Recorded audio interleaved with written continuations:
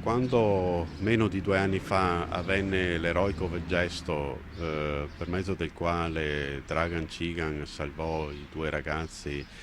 di Roncade che nemmeno conosceva, il presidente Galan propose un importante obiettivo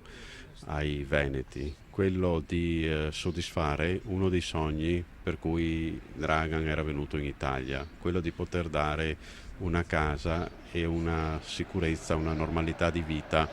ai suoi figli. Oggi, a meno di 2 anni da quell'evento, abbiamo consegnato l'appartamento qui a Bagnaluca dove la signora Diana andrà a vivere con i suoi due figli in un appartamento nuovo, e questo assieme al vitalizio che viene garantito di una certa cifra permetterà di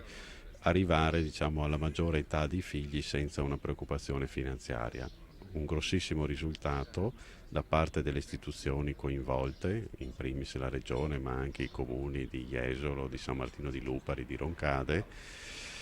e tutto grazie alla solidarietà dei veneti che reagirono a questo momento di emozione, diciamo, con la usuale solidarietà che siamo soliti mettere in campo.